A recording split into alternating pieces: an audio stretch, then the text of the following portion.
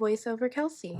So, today for Vlogmas Day 8, that is correct, I'm on it, we are going to be making some things for a coworker holiday party thing that we're going to be having. That happened. And I decided to make gifts for my coworkers and then also signed myself up to make my chess pie, which apparently a lot of people don't know what that is. They ask constantly, why is it called a chess pie? I found out recently that no one really knows. So let's start on that. We're going to blind bake our Pillsbury dough crust. I do not make my crust from scratch. Maybe one day I'll learn. I don't know. But you're going to do that for 6 minutes. After 6 minutes, you're going to take that foil and rice off of it and cook it another 6 minutes. We're now going to make the filling. We're going to put some sugar and some butter inside of this mixture that we'll be making here. I can't tell you exact measures because this is my aunt's recipe and she's taking it to her grave. So, kind of figure it out from there, I guess. But you're going to have a mixture like that, something sandy, that's really important for the end. If you do not mix this portion correctly, it comes out a little weird. I've just added 3 eggs, so this is how the mixture should look after that. Here is me scraping down the sides, because that's important. And now we're going to add buttermilk, lemon, and cornstarch. The cornstarch is really important to make it set. I'm also going to put just a pinch of salt and mix all that together. You put that in your blind bake crust and boom. Look at this beautiful pie.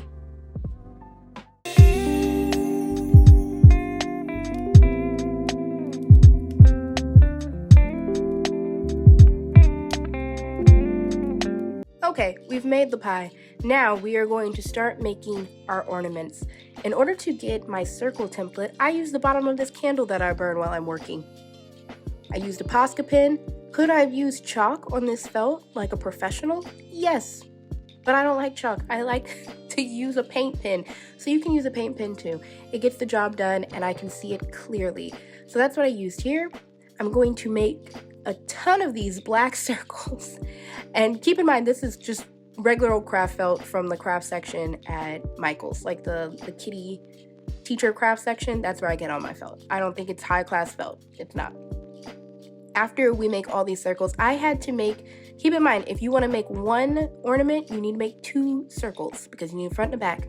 We're going to cut all these out. Now keep in mind that these are going to look like vinyl records. We did this because we work at a record label. Thought that'd be cute. My coworkers apparently thought it was cute too. So after I cut all these out for the entire length of the movie this Christmas, just so you can get an idea how long that should take you, you should have this. And I left this little line, one to know the front and back, but also I cut right outside of that line instead of cutting on the line. I then use this Advil top as my template for the label that goes on the vinyl. I got all of my coworkers' favorite colors. Apparently a lot of people like pink. Learned a lot through that. And then I just used another Posca pen to trace out a bunch of these labels. You only need 1 label because you don't put a label on the back of a record. So you only need once. That was easier. And then I went to cutting them again. Here I am cutting them again and everything. So the part that was harder for this was the circle in the middle. And what I kind of did for this was I folded the circle in half and then cut it in the middle like you did when you were a kid and you wanted to cut a circle in the middle of a piece of paper and you folded it in half. That's what I did. I don't know if there was an easier way to do it because, to be honest, I had to clean up some of these circles.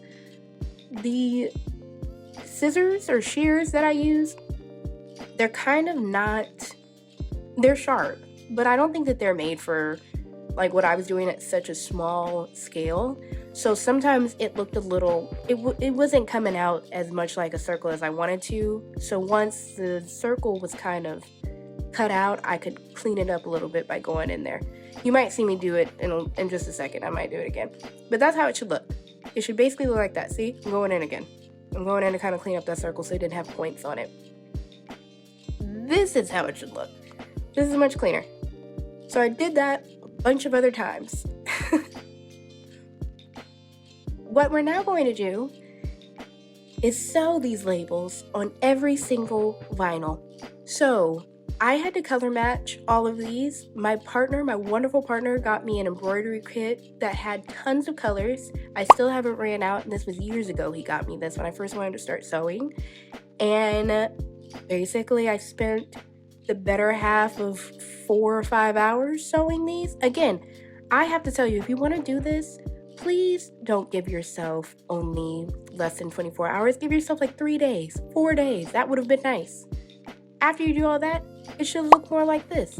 Did I get myself embroidering the name on it? No, because I was so frustrated at this embroidery floss I got. I got gold and silver floss thinking, that'll look really nice. Does it look nice? Yes. Did I know that there was kind of metal woven in the floss? No. So it made it very hard to make curves and everything. I don't highly recommend using that floss unless, you know, you've got stars or something. Like, I would love to use it for stars next time for something. All that being said, we got it done. I have no footage of it, but c'est la vie. Just know that it got done, and maybe that's all we can say. I'm now going to sew these two pieces together inside out. So if you notice, the front is towards, that's not the front of the vinyl, okay? The point is what we're going to do is flip it inside out after we're done sewing. So you see that little hole up at the top? We basically just flipped it inside out from that hole, and that hole is also where our ribbon is gonna go. I just used a basic whip stitch in order to sew it up, and then I'm gonna put this polyfill in it. And what I will do is use a ladder stitch so that it's more invisible to close it up, along with I think it's a pin stitch. Obviously, I'm not a professional. To put the ribbon and as well as closing it up simultaneously, because the ladder stitch won't work for what you're doing with the ribbon. Okay? That made slightly sense. I don't think it made a lot of sense, but it made a little bit of sense. Once again, not a professional. What I'm doing here is just cutting that ribbon. Just a simple loop. And I mean, all in all, everyone loved them. I think that they loved them. They told me they loved them. The ribbon's not falling off. I made sure of that. I think they turned out pretty cute. Now, the pink ones kind of look like nipples to me. I know that they're black. I just don't know why. That's just kind of how I felt. See, right here, I'm doing that ladder stitch. So I kind of started off to have the knot on the inside. And what you'll do here is have a perpendicular stitch on one side. That's what I just put through. And then I'm going to do another perpendicular stitch on the other side. And what that's going to do is it's going to simultaneously close up and flip your fabric so that it makes a more invisible seam. I literally had to learn this stitch to make this ornament. I want to do it more in the future. But this is how it ended up. I think it's so cute. Look at them on the tree. I'm about to show it to you on the tree. Just wait a minute.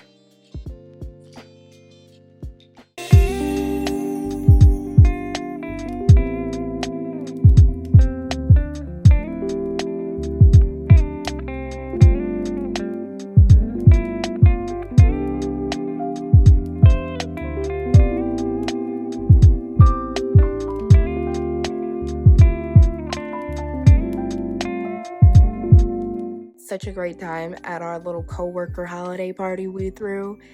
And I mean, here's some video of us singing. See you in the next one. It'll be here we go. A very special Christmas for me. Whoa, whoa, whoa. Y'all sound